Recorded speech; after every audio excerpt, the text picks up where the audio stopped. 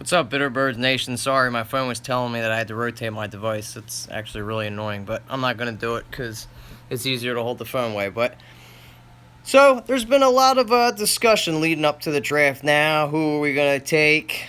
Josh Jackson at number 3. But what's building a lot of steam here, which is interesting, is De'Aaron Fox at the Sixers at number 3. And let me tell you why I think this makes a lot of sense for us. Being as this may, this kid's a point guard, which we really don't have. We have Ben Simmons who's going to play the point forward, but do we really have a true point guard on this team other than TJ McConnell? Now, I love TJ as much as anybody. He's the heart and soul of this team. He's got grit. He's a lunch pail guy, but he's not the most talented, not the most athletic. He sees the floor really well, but he's definitely a backup point guard, if anything, if he even deserves to be on an NBA team. But if we draft a guy like De'Aaron Fox, he could take care of everything for us at that point. Because is Ben really going to be able to guard guards at the next level? Is he going to be too big for that? I don't know if he's going to be able to, and that worries me a little bit. And our real insurance would be TJ McConnell, which is scary, and we don't want that. Because we've seen this past year what had happened when guys were getting past our point guards, or not just our point guards, just our guards. They couldn't stop them. They were scoring going to the 10 at will, which really sucks, especially if you don't have an Embiid back there or Sean Holmes when you get an injury history. And then you look at Ja back there. That would really help him out greatly if we had a guy like a De'Aaron Fox that could defend, because that's what's really going to help this guy. People say, oh, well, he's got a broken jump shot. That, be it as it may, he might. But he shot, as history has told us, he shot 74% from the free throw line. Now, Adrian brought this interesting stat up to us in previous shows. Will he be able to make a transition and be able to shoot the three-pointer? He only attempted one a game back there at Kentucky. I kind of like his jump shot. It's not that bad. But if history shows us anything, he'll be able to convert and make three-point jump shots. If he even relies on that. That's a big worry about him coming out. But I'm not really too concerned at that, because this guy has got a vicious first step. He's lightning quick. It reminds me of John Wall and Russell Westbrook. You give this guy a head of steam, you can't stop him. It doesn't matter, because he's so quick. His first step is so quick, and he can finish at the rim. He's got a really nice teardrop, and he can finish with either hand. He's got really good body control too, so if he's going in the lane, he's going to be able to take some contact. What the issue may be is he's only 170 pounds. He showed up at the combine only weighing 170 pounds. He might get pushed around by bigger guards, but he could put on the weight, so I'm not really worried about that. And then you say if he struggles at the offensive end with his jumper, he can score in a multitude of ways by playing defense. He can jump in to the lanes and get into the passing lanes, and he can get steals, and we've seen AI do this for 11 years when he was here. It was great to see. He's got somewhat long arms, nothing like Markelle Fultz. He's only got a 6'6" wingspan, but his ability to jump the passing lanes, and he's got really quick hands to be able to steal the ball away. I mean, that's what you love to see. So you wouldn't have to worry if there was a job back there defending the rim if you have guards that can stop the point of attack, which I think De'Aaron Fox can do.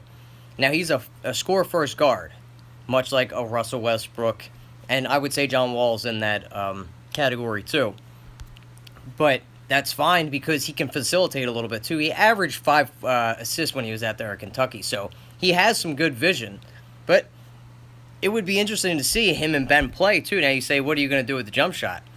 That's fine. Like I said, he's going to jump passing lanes. He can play defense. And in transition, you could have 2 guys handling the ball at the same time. That's got really, really deep. Ben's elite vision, but don't knock De'Aaron. He's got really, really good vision too.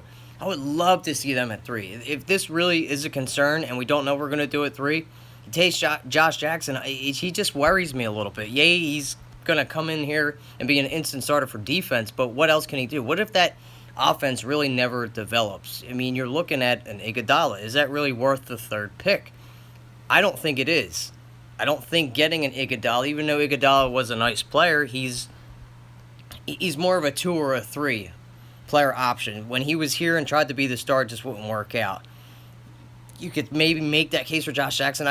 He just worries me. The 56% at the free throw line, I don't know if that jumper is really going to come along. So you look at it, it makes more sense for us to get a guard than as Josh Jackson. Say we do, that's just another big body to add to a team that really needs guard in a guard-heavy class. And this is a really great class for guards. And just having a lightning-quick player like De'Aaron Fox would be awesome to watch, just in transition, and he can even play the half court, which over the other two guys, they really flourish in transition. I mean, Fultz has got an overall all-around great game. That's a dream scenario, but we got to look past that. We have to look at it as it's probably not going to happen. So you look at your options at 3. Do you want to go with the Malik Monk? Is it a reach at 3? Possibly. You would trade. Hopefully, you could trade back and get him if that's the case. Or do you just presumably take the best player available, which would considerably be Josh Jackson or De'Aaron Fox? I really think this guy's got to be in consideration for us at number 3. If it's between these two and we don't trade back. Just the way he can run an offense in half court. And the big thing is for me is I really have to see if Ben's going to be able to guard 1s and 2s in the NBA. And I just don't know with his size and the lateral quickness if he's going to be able to do that. Let's stop a Russell Westbrook or a John Wall. And it just worries me. And getting a guy like De'Aaron Fox would be fine. The thing that worries me the most is him getting pushed around because he's only 170 pounds. But you could add on weight. I don't think he'll have a problem with that. Because when he was at Kentucky, he was almost a $190. So I think he lost a lot of weight for the NBA Combine to maybe show off his quickness. Guys do this in the NFL so they can run a faster 40. Possibly maybe he did this to make himself look really good at the NBA Combine. I'm not sure why he was down almost 20 pounds. But you can put that on. I think this guy has just climbed up draft boards. I mean, could he be considered over Lonzo Ball as the best point guard, best facilitator in this draft? Because the guy can really do it all. Can finish with both hands, like I said, at the rim. Great defensive-minded guy. I think you just got to have a consideration and draft this guy. It's got to be a thing. Would you guys want this to happen? Do you think De'Aaron Fox is worth it? Say Lonzo Ball falls. Would you, if it was between those two, would you take him over Lonzo Ball? The dream scenario for me is if we can land the backcourt at Kentucky.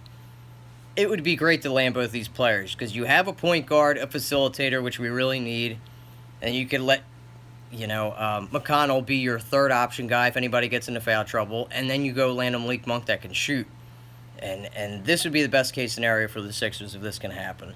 But this is building up a lot of steam, and I'm liking where it's going. And if we walk away with De'Aaron Fox out of this draft, I'm not going to hate it, guys. I would actually prefer this over Josh Jackson. I know there's been a lot of love for Josh Jackson and what he can do, and a lot of people think that he's going to be the best player out of this draft.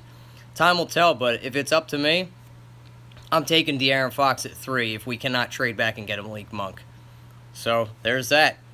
All right, guys, this is Kyle Gaffner with the Bitter Birds. The draft's coming. It's not that far away, June 22nd. Y'all stay humble. Go Sixers!